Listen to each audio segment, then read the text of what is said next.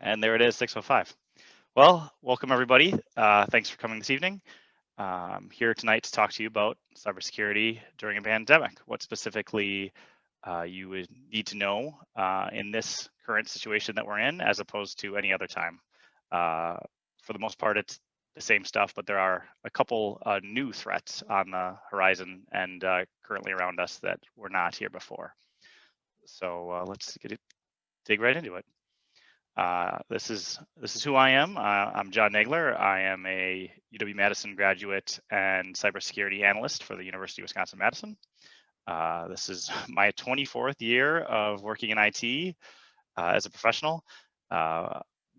And I have a SSCP, which is a bunch of letters that means I passed some tests and I know a little bit about what I'm talking about.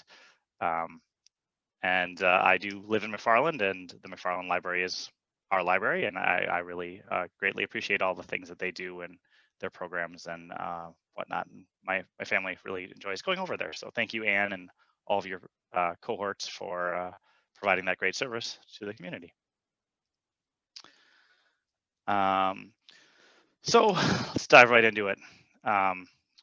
If this was your bank account or whatnot, that would be a great chart. But since it is not, it is the number of accounts that each individual user in America has over the past few years. That is, on the one hand, I guess it's good. We have more services and more things to log into and use. But on the other hand, it is a lot to keep track of and remember and follow good security practices on. As you can see, back 5 years ago, it was about 80 accounts per person, so probably like AOL, Hotmail, Gmail, some of that kind of stuff. And then as of last year, it was over 200.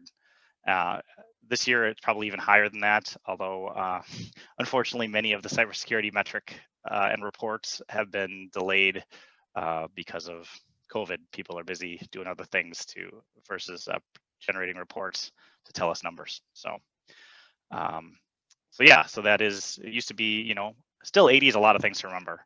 I definitely do not remember 80 phone numbers, but over 200 is quite a thing to try to remember. So why should you care?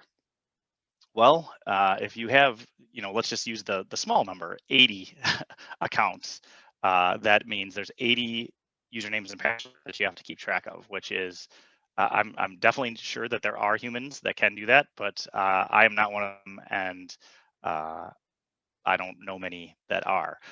So then, you, as a normal average human, you use the same username and password all over the place, which is a problem because then if any one of those accounts gets compromised, so let's say somebody breaks into Home Depot, for example, and they get your Home Depot email and password, they can just start trying it all over the place. So they could log into Target or Best Buy or whatever else. And if you're using that same email and password, then they're in there too, and it just goes from there. And Verizon said that is what happened in 81% of breaches. So when you hear, on the news that there was a cybersecurity breach, usually what happens is some little company that you probably don't know of or maybe didn't use very often or something like that gets attacked, and then the attackers take those username and passwords and use them in the big companies that you have heard of, because the username and password is the easiest way to get into anywhere, regardless of how secure the systems are. And you might think, well, it's hard for a human to type, username and passwords, but all of this is all automated now. We live in a very automated world, and what this practice is, where you take a username and password and try it somewhere else, it's called credential stuffing. So as of 2018, on a single day, they saw 180 million attacks like this. So, I mean, that is basically one for every adult human in America in one day, which is just insane to think about.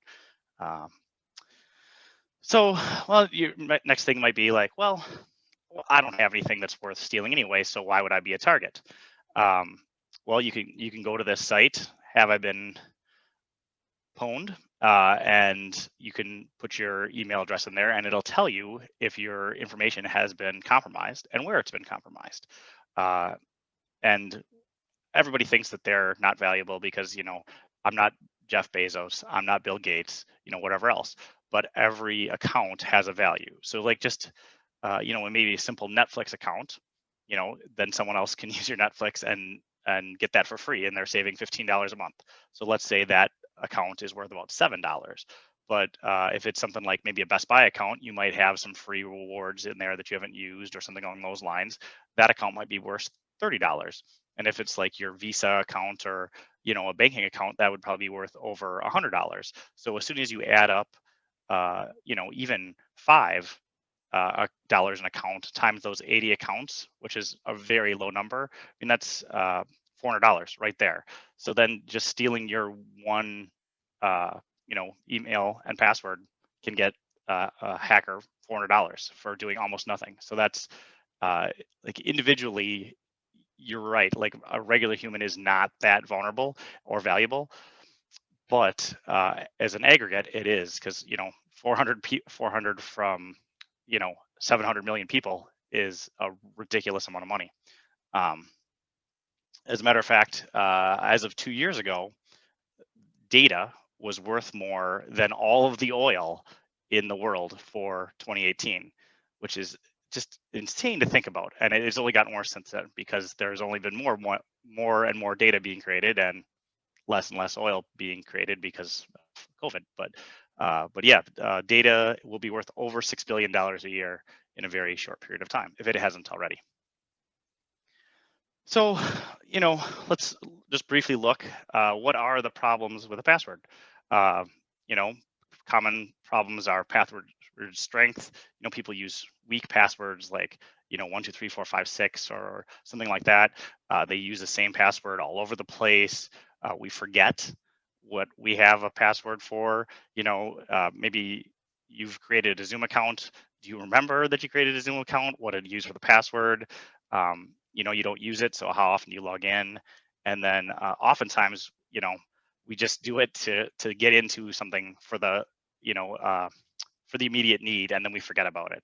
So maybe you log into a coupon website to get a coupon so you can buy something at Target, and because we're humans, we use the same username and password that we use for Target, and then that little coupon site gets hacked, and then next thing you know, they're in your Target account and buying all sorts of stuff, and you're having an unpleasant day. So let's look at, these are the most common passwords that have been discovered in this year. As you can see, none of those are strong passwords. They're not awful, really. Well, there are worse passwords. They used to be shorter. It used to be God and different swear words and whatnot. But so we have evolved to numbers, but they are still short numbers, and they're all sequential. So none of those are good. And these are passwords where a site gets hacked and they dump all the passwords out, and then they aggregate those from all the different sites that happens. And these are the top 10 most common passwords. So the most common password, if you wanted to try to log into someone's account, would be to use their email and 123456, and that will get you in more often than you probably should. And if you just tried these 10 yourself, you'd probably get in a shocking amount of time. Hopefully, no one on this call is using those passwords. And if you are, we have solutions for you to stop doing that. Because please do not do that. So, what do you want to do for a password? So the goal is to make it long and strong. So even if it's 2 words that are simple to you, it's still hard for a computer to generate them. So like if you if you like, let's say your favorite thing were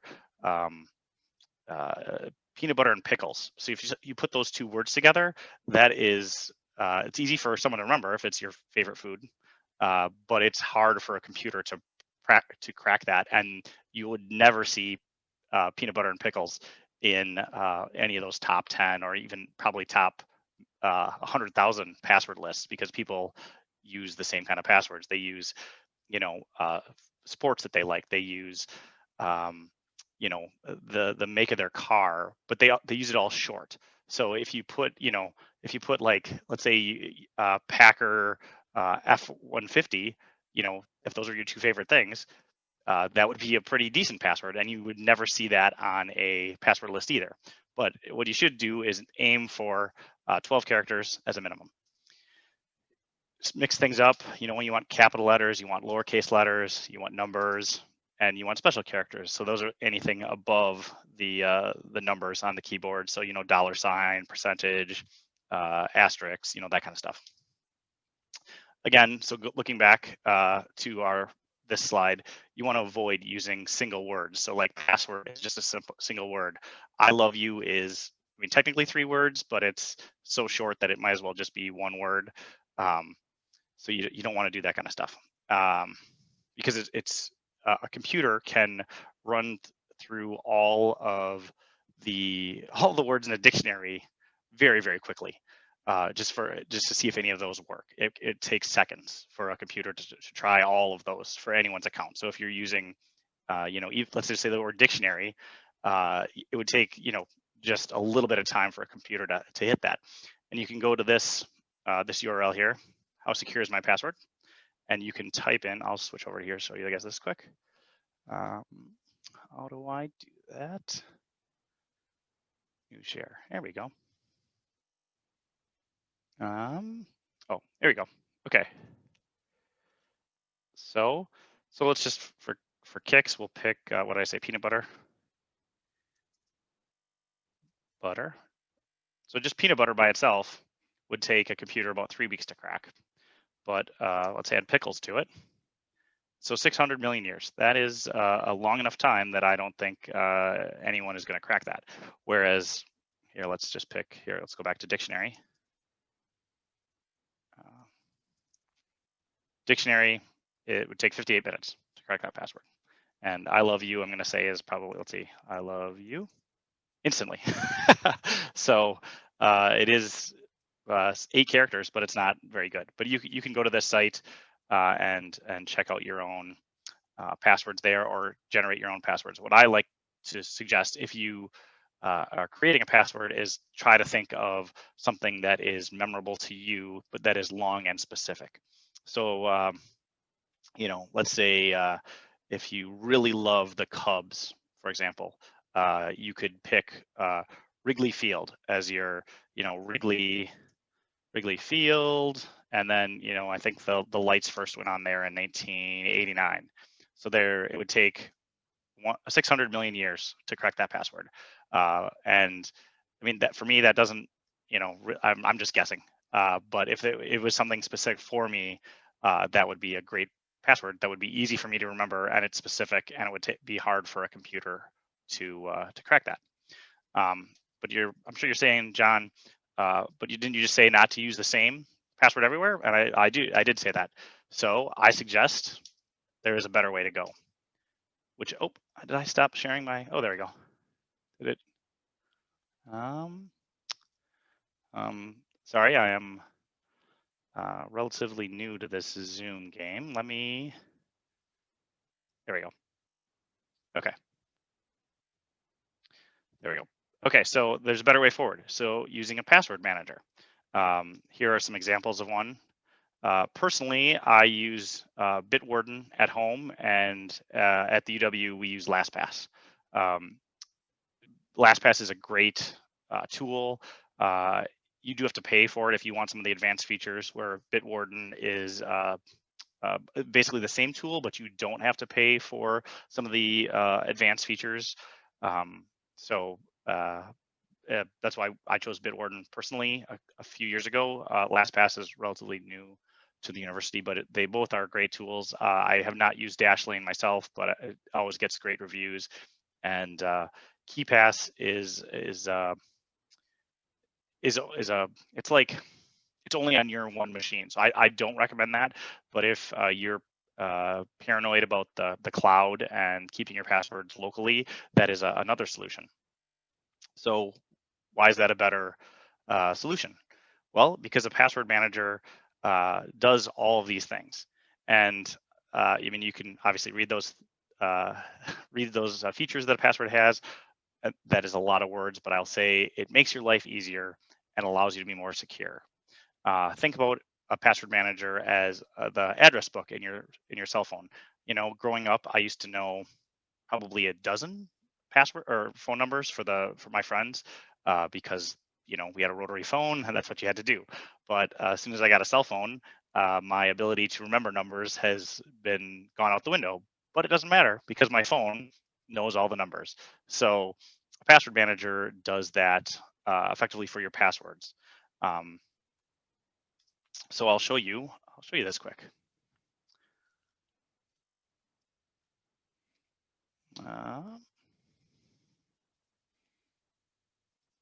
Okay, so here is LastPass.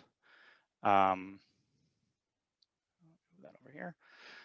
So it's a great tool. Like I said, it's just a simple web interface. It's got all of your username and passwords. You can also use it as a bookmark tool. Then you can just click on this, and this would open Zoom right up.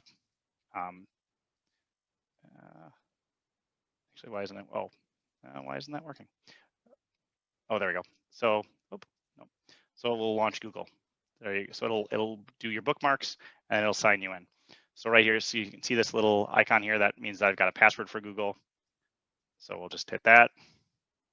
I didn't actually create one for this. This was just a general one, but you can see how it works. So you just go to your sites and then it logs you in automatically. So LastPass put my email in there and then it put my password in automatically, and then you can just sign right in. Whereas I don't even know what that password is actually, so I'll have to figure that out later because it's the wrong one. But it is very easy to just create them and then automatically store them. And let me just show you this quick. We'll create a new. Let's go with Spotify. Everybody likes Spotify, right? So we go here to Spotify. We've already created our LastPass account, so we want to sign up for Spotify. We can just do this quick. So john@johnnagler.com.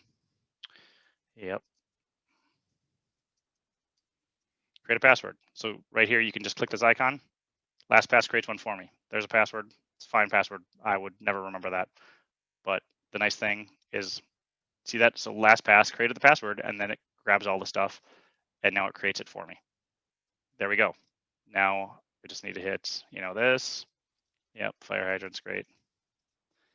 Let's see if we can. John, mail. See if I can do that. Nope.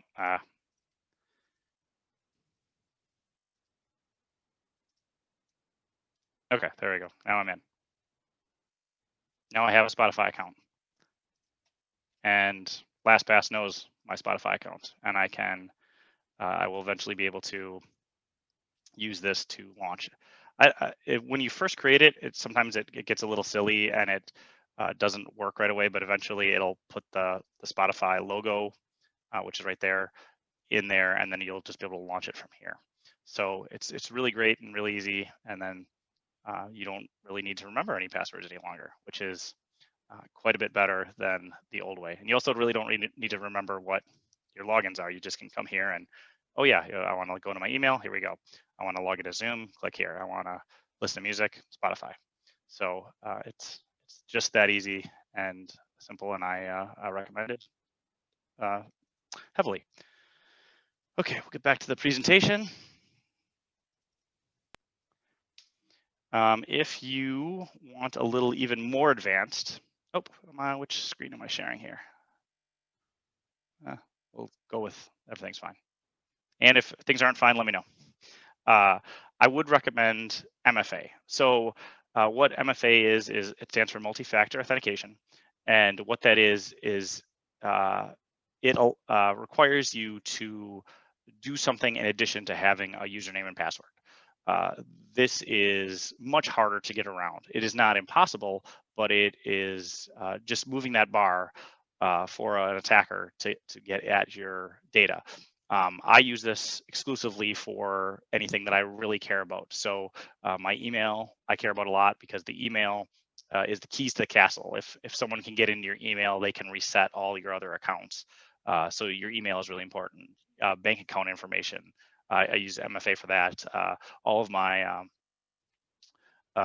financial sites that I use, so Venmo, PayPal, all that kind of stuff, I use MFA on. So anything where there's a greater risk to losing my data, I use this, because then to get into this, you need to have a username, you need to have a password, and you need to have my cell phone with the MFA device on it.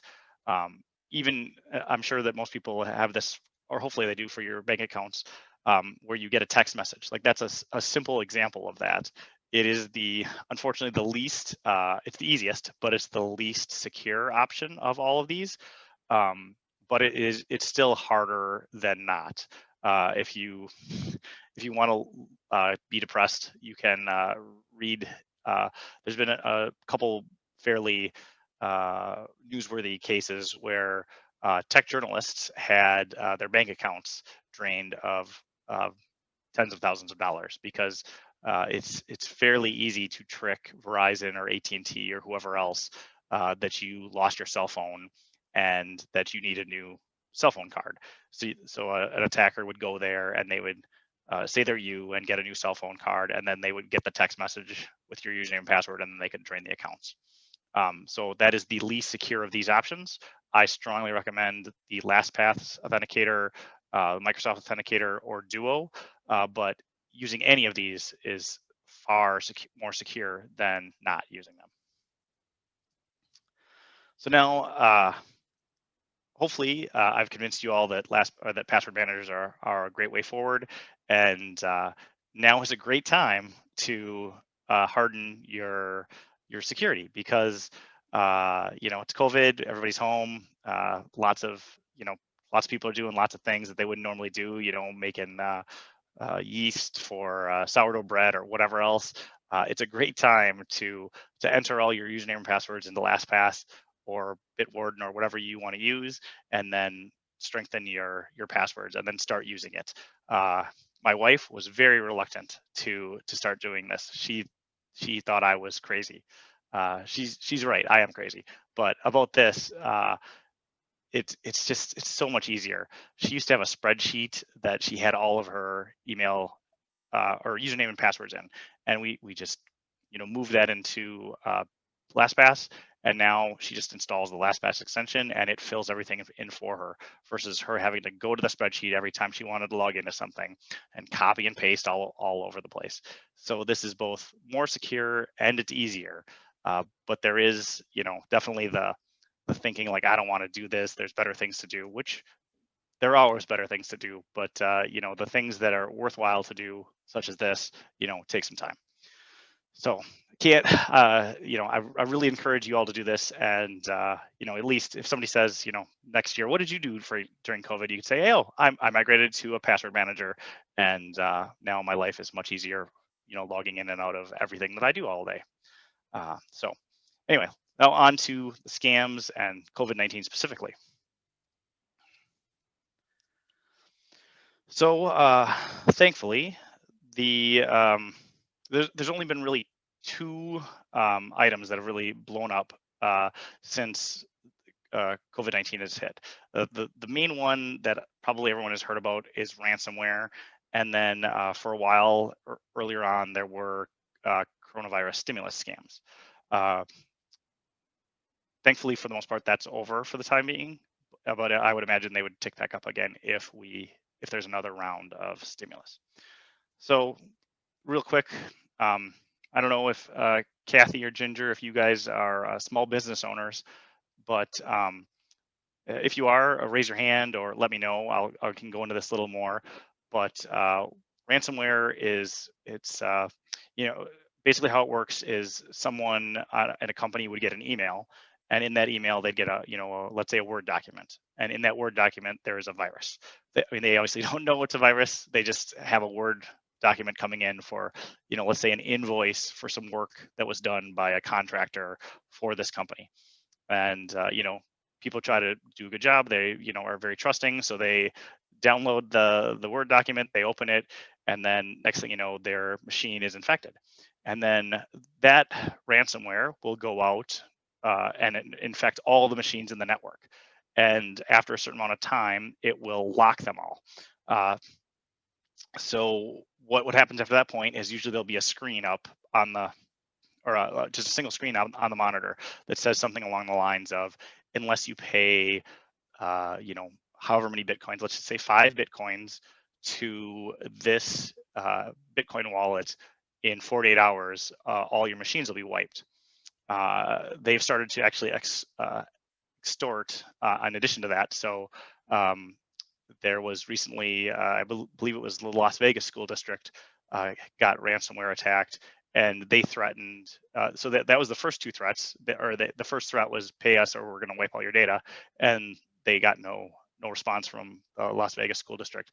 So then they changed the message and said, if you don't pay us, we're going to release all the student data out on the wild, which would be a huge FERPA violation, and the school district would have been in huge trouble.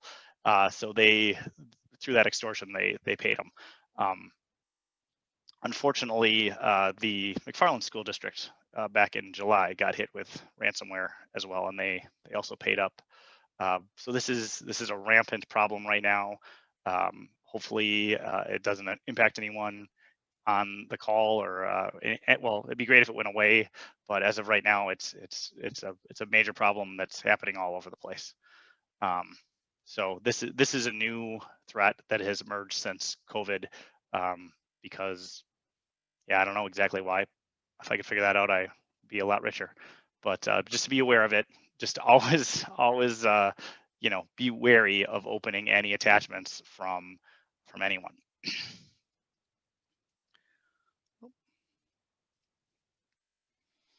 Okay. So, I'm sure everyone's thinking, well, I'm not a small business. I'm not a school district. I'm not a healthcare provider. Who's getting scammed anyway? There's nothing worth scamming. Well, unfortunately, it is very common. About 1 in 5 people are are vulnerable, or actually do get scammed every year. Um, it's I guess there's good and bad news on this front. The It's generally targeted as older people because younger people are poor. So I guess it's good to be young because you don't have any money to steal anyway. And older people generally have money, and they're very trusting, as we all are. So they're a ripe target. But yeah, about 1 in 5 Americans over 65 have experienced financial abuse or financial fraud. Now you might think, that's 1 in 5. How big is that? Well, it's $3 billion a year, which is a huge amount of money. As you can see, it's $8.2 million a day, and $342,000 an hour. Which again, I mean, there's a lot of big numbers in here, and big numbers are pretty overwhelming. But to give you an idea, in Dane County, every hour you could buy a brand new house. The average home in Dane County is 301, well, yeah, $301,000. So you could buy a new house every hour, just for the people being scammed in America, which is pretty crazy. I feel like every time I give a scam talk, I almost feel like I'm encouraging people to go into fraud because it is so lucrative, and it doesn't seem like as a society we have really done much uh, to combat it or to try to stop it. But it's like a silent threat that just is happening everywhere that no one talks about. Like as an example, so I don't know if you guys watch Shark Tank or are familiar with this show, but the woman on the lower left side, she had almost $400,000 she was swindled out of, which is a lot of money. That's a free house in the Dane County area. She's worth about 80 million, so as a percentage of her income, it is a very small amount, and she was able to pressure the bank to give her all the money back. But I would imagine that if that happened to any of us, we would not be able to, go down to the McFarland State Bank and say we're going to take our business elsewhere. And they'd say, okay, fine, take your $500 and go, or whatever. So it would be great if this was more prevalent in the news, but people, failure is not commonly reflected on and looked at as a learning opportunity. It's looked at as a failure and something to move quickly past, which is kind of unfortunate because I think there is a lot of opportunity to see what happens to people and then use that to not have it happen to yourself. So quick quiz for you guys here. There is a bunch of different ways to transfer money in America. Which do you think is the most risky? Give you a second. There's 6 of them: cash, credit cards, debit cards, gift cards, PayPal and Venmo, or a good old check. Nope. What just happened here? We got a chat. Ginger says check. That's a great guess, Ginger. Kathy, do you wanna guess? I'll flip you. I'll assume you are going to go with the same one that Ginger did, because Ginger is right. A check is the most risky. It is old, it is easy to scan, and with a computer these days, so let's say, Ginger, you're very, very kind, you buy something for me and you cut me a check. It's easy for me to scan it, increment that number, and just keep draining your account, because the only difference between one check to a next check is the check account number, and that is really easy for a computer to turn a 1 into a 2, and then 2 into a 3, and so on and so on. So the check is the most risky of all these things, and I would strongly recommend you never use a check unless you absolutely have to. PayPal and Venmo are much better than a check, but still a little bit dangerous because they are tied directly to your bank account. They have updated those recently, so you can tie them to a credit card, which is a much better way to go, and I would recommend that if you are comfortable with that. But anything that's tied directly to your bank accounts, like a check or Venmo used to be, debit card, all those things, you can quickly have your accounts drained. And then, I mean, with a debit card, it is insured to a degree. I believe you have to pay for $50. But if you have, let's say $1,000 in your checking account and it's stolen, and let's say you have a bunch of bills due, the bills don't care that you got your account stolen, and it might take some time before you get your $950 back.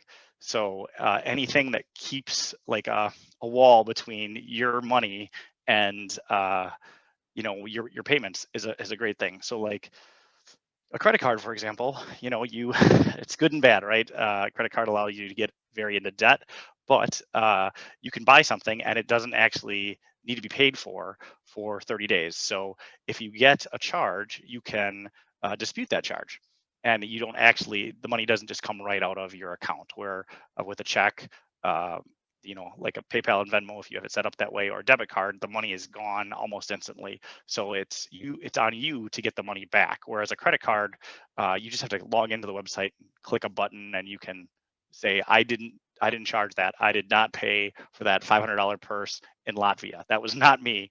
And then it's done. It's out of sight, out of mind. The credit card company is gonna fight that fight for you. Cash is less. Again, cash and gift cards are basically the same thing. They are a little bit risky, but you can only lose what you lose. So you could lose $50 cash. That's it. They can't turn that $50 cash into 500 of your dollars. So that's why it's a little bit less risky that way. And good guess, or good pick, Ginger. Good job. Okay, this is probably a good stopping point for just a second. Does anyone have any questions or anything they'd like to have addressed specifically?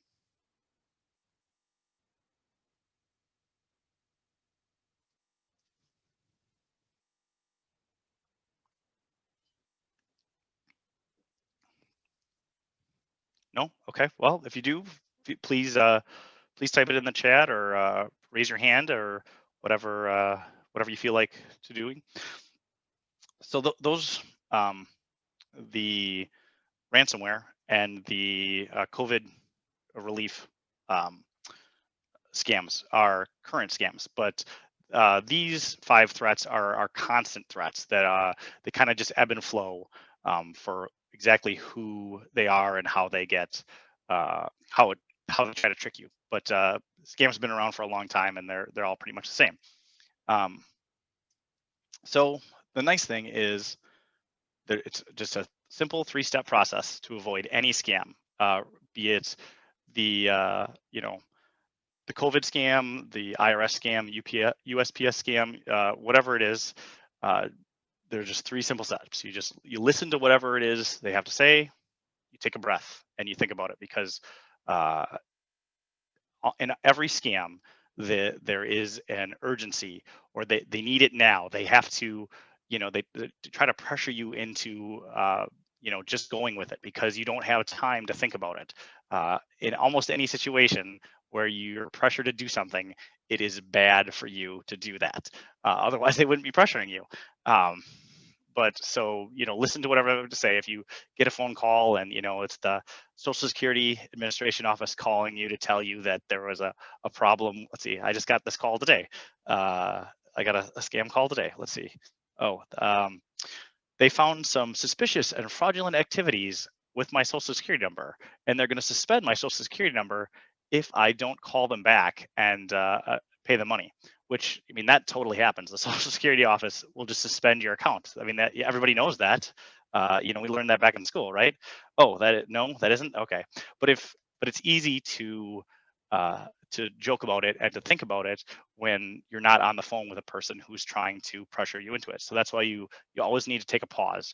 So listen, write down whatever you want, or whatever you can, and then go do something else.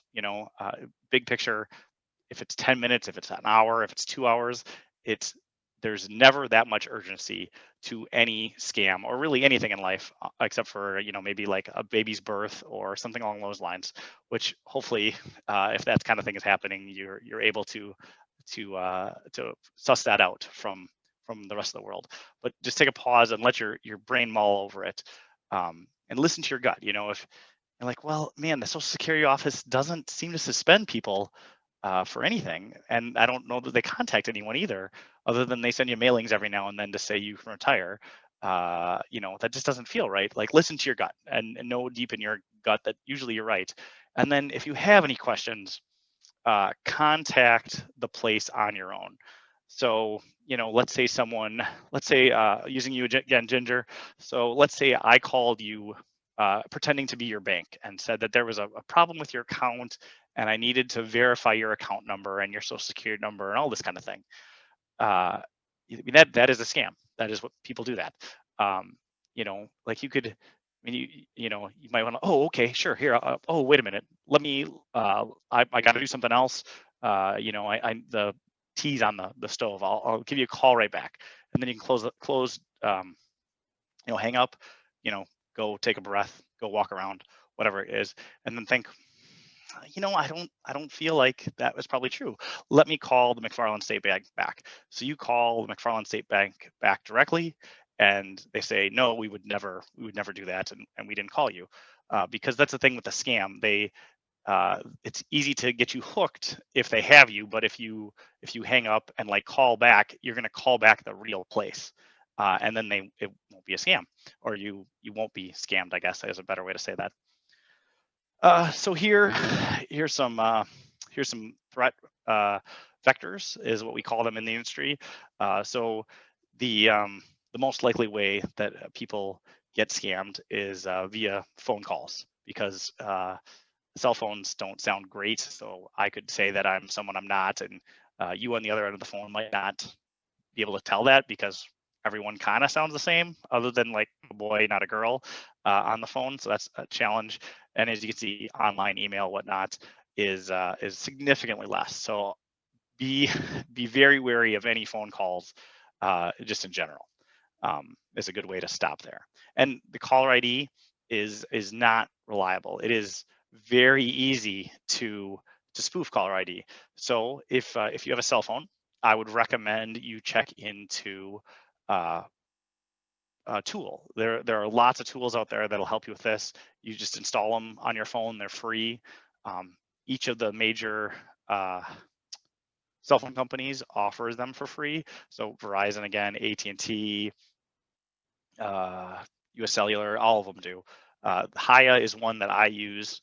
it is free, but it's third party. It's independent of the phone. And as you can see in the slide, if you get a call, it pops up and says, that's probably not who you think it is. That's probably a scam.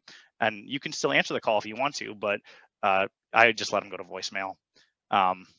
And it just, really cuts down on the amount of garbage you need to deal with, and it just tightens up that that option, because we do trust. As a society, it's great that we trust each other and we are a trusting, organism. But for scammers, it is also great because we're trusting. So we just need to be a little more inquisitive and a little more questioning, and that'll hopefully prevent you from being, taken advantage of. So we kind of already talked about this. This is a gift card scam is very specific. They were quite popular before COVID. They seem to have kind of dropped off, at least at the university they have. Excuse me. They were last year. There was a ton of them at the university. So the basic ruse is you get an email from your boss. So a lot of them, so at the university, everything is at wis.edu. Oh, Kathy, sorry, I saw Kathy's question. She asked, does it do any good to report scam calls to police or anyone? That's a great question, Kathy, and I don't know the answer to that for sure. My gut says no, because it's easy to spoof the number. So, for example, the call that I got today, the Social Security office calling to tell me that they're not going to take my Social Security anymore. That came from 206 3909, which I'm sure if I called that back right now, that's probably a real human's phone number, and they would wonder why I was calling them, because with computer software, it's really easy to I could call you from your own phone if I knew your phone number. Obviously that would jump out to you that I'm not calling myself, but with computer technology the way it is, you can call as almost anyone else, and it's really easy to do that. So I would say don't waste your time. Excuse me. But if you ever see a police officer, it would probably be that would be a great question to ask them. But I don't think that it'd probably be useful. But great question, Kathy, and thank you. So getting back to this, the university. So you get an email from, oh, sorry. So we use @wis.edu is our email address. But in an email, it usually just says the person's name. So I would get from my boss, it would just say as opposed to my boss @wis.edu. That's a nice little feature that email clients have these days, because people don't want to see the email address; they want to see who it's from.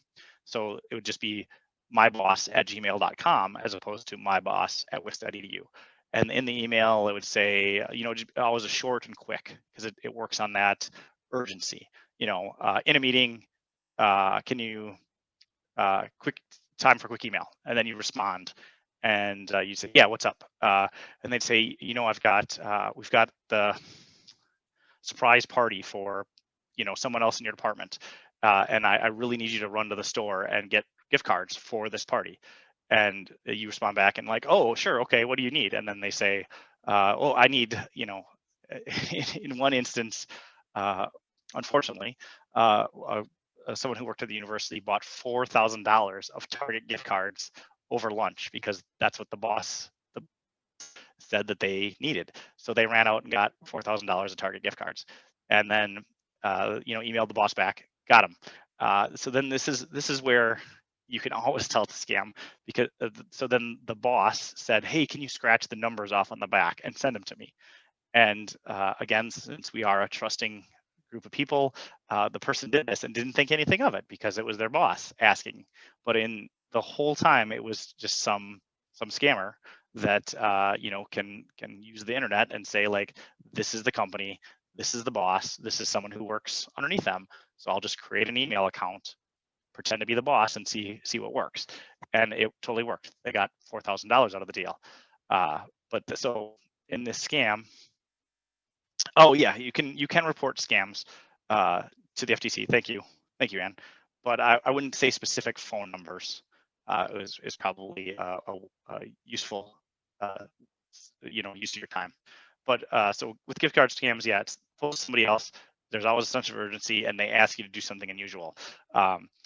Generally speaking, and this is almost always the case, if someone calls you and asks you for a gift card or emails you and asks you for a gift card, it's a scam.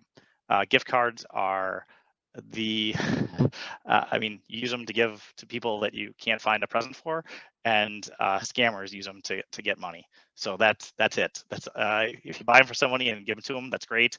But if somebody asks you to buy them, it's a scam. So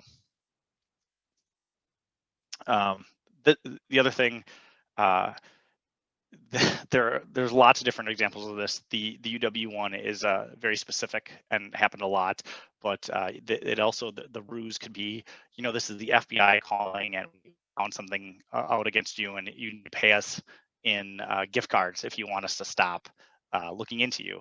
Which number one, that's also extortion, which the U.S. government doesn't do, and number two, if they were going to extort us, they demand payment from a checking account. So like, let's say you had back taxes, they're not going to accept gift cards for your back taxes. It's crazy. Again, we are trusting, and people do what they're told, and are like, oh, okay, I'm gonna go along with this, and it's fine. So another common thing, all these things are they're horrible. It's unfortunate that there is a percentage of the population that does this kind of thing. But accident fraud. So getting back to the phone call, so someone will call someone else and pose as one of their loved ones. So several of my people I know have had this happen to their parents, unfortunately. But so what happens is they'll get a phone from a number they don't know, and they'll answer it, and the person will be out of breath and very upset and say, something horrible happened, I need money now. So one of my coworkers, his parents got called, and the ruse was that my coworker was drunk driving in Ohio and crashed his car and needed $10,000 to pay for a medical bill, and he didn't want my coworker's parents to call his wife because she would be mad. So unfortunately, my coworker's parents believed this story and rushed to the bank to get the money to send it to him. Thankfully, the bank told them no, this was a scam, and they weren't going to give him the money. And then they called my coworker, and my coworker said, Dad, I'm fine, everything's good, this is just a scam. But it's just very unfortunate that people prey on others like this. So if this ever happens, the tells are, again, that it's urgent, that they need the money now, and they want you to either send Western Union, send gift cards, or whatever else. Which, again, if you got a drunken driving, I know, in an accident, gift cards aren't going to solve that problem. Which, again, it makes sense sitting here talking to you guys, but I'm sure if someone called me and I thought it was a loved one, it would be easy for me to just go along with it because we want to help people we care about. So anyway, if you're ever, even at all concerned about this, and you think it might be legitimate, hang up and then call the person back directly, or call the person's spouse back directly, or whatever else. I mean, but the odds of this being legitimate are like probably 1 in a billion. Anyway, this one, of all the things we're talking about, this is the fraud that I have seen personally, or heard the most. I've the number of coworkers of mine that have had this happen to their parents is shockingly high. And the best that we can figure out is it's a product of Facebook. So people on Facebook, it's really easy to see, like, this is my mom and dad, this is me, this is my wife, and it's easy to put the pieces together enough to fake this. So another bad thing about Facebook, unfortunately. So I know we're quickly coming up on the hour, but another common thing is identity theft. So this is if somebody gets your social security number, they can easily create accounts in your name and then get loans in your name or drain your accounts, which is it's unfortunately an awful thing that happens. Uh, and I hopefully it doesn't happen here. A coworker of mine had his identity stolen. A person used his social security number and identity to buy a brand new Corvette in New Mexico, and he had to spend about 2 weeks dealing with the police in both New Mexico and in Madison, and then with some banks to prove that he didn't do this, because it would be uh, again, don't get into the fraud game, but it would be really easy to buy a car, using your friend's information, and then your friend would just say, "Yeah, I don't have the car." So there is a lot of work that the banks make you do to prove that this isn't you just trying to scam them. Um, but yeah, fortunately my friend got out of paying for someone else's Corvette, but he did have to waste about 2 weeks of vacation to deal with everything and to get it all wrapped up, which no one wants to spend 2 weeks vacation doing that. And again, so quickly here, to help stop those things, I would recommend putting a freeze on your accounts. That is, it's a free thing to do. You just go to if you Google credit freeze, it'll tell you how to do it. The credit companies make it sound worse than it is, but it's not a big deal. But that would have stopped anything. That basically a credit freeze makes it so you can't open any new accounts, and if someone tries to buy a new Corvette in your name, they won't be able to. So that's the short version of how to fix that. The other thing, sad thing, is it's everyone's social security number is widely available. It's really easy to get. Because I know Anne, I'm going to use Anne. If I wanted to get Anne's social security number and steal her information, it would cost me about a quarter, and it would take 5 minutes. I don't recommend that to anyone, because it is, that's a felony and you'll go to jail for a long time. But for Anne and Kathy and Ginger, please look into freezing your accounts, and just know that it is so easy to steal someone's identity and then wreck their credit and potentially just cause them a lot of harm. And there's almost no repercussions for the person doing that. So anyway, so another fraud. This is the happy fun time hour. Is IRS fraud. So this one's pretty straightforward. So what you do is the IRS had a nice new feature where it was easy to get your past returns. You can just fill out some forms online, and you can get them.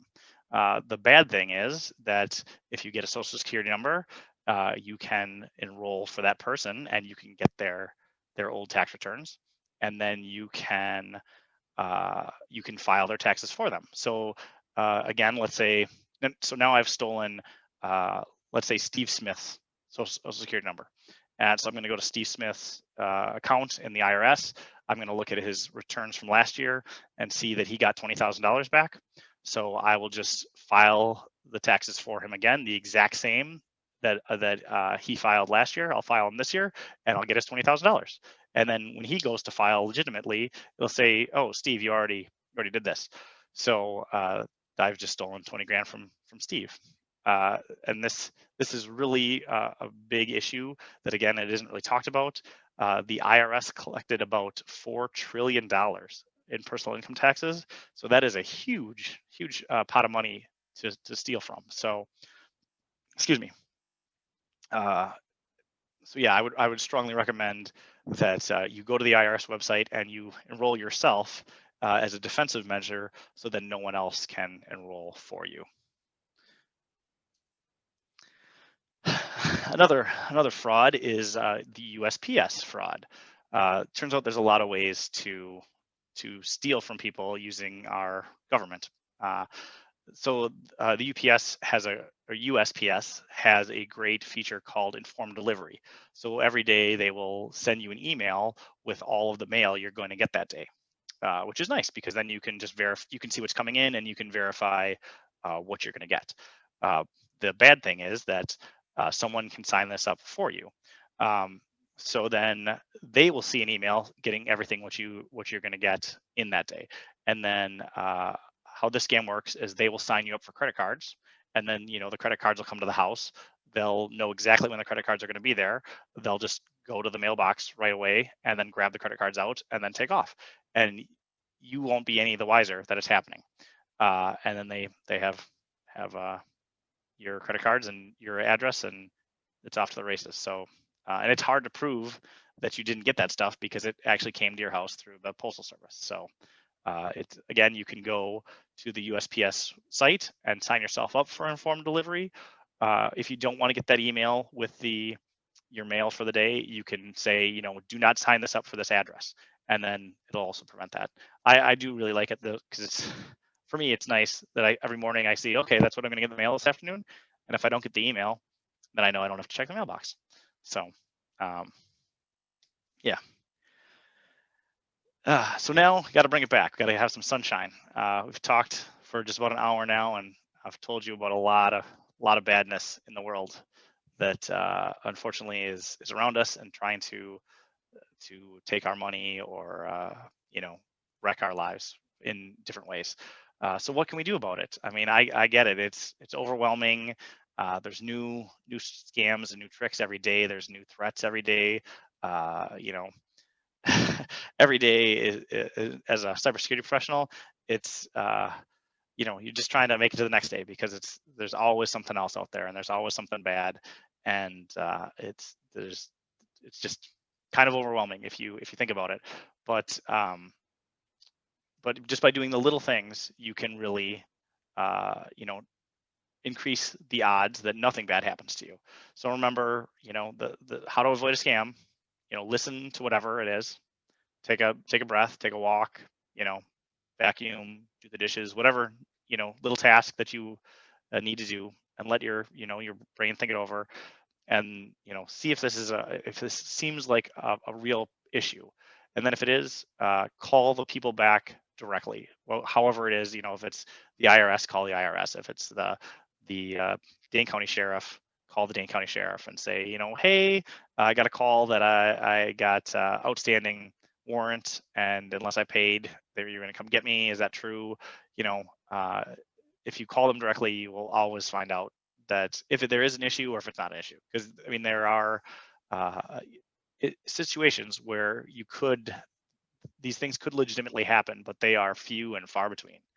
But again, yeah, so just 3 steps: listen, pause, and then contact the organization directly. So.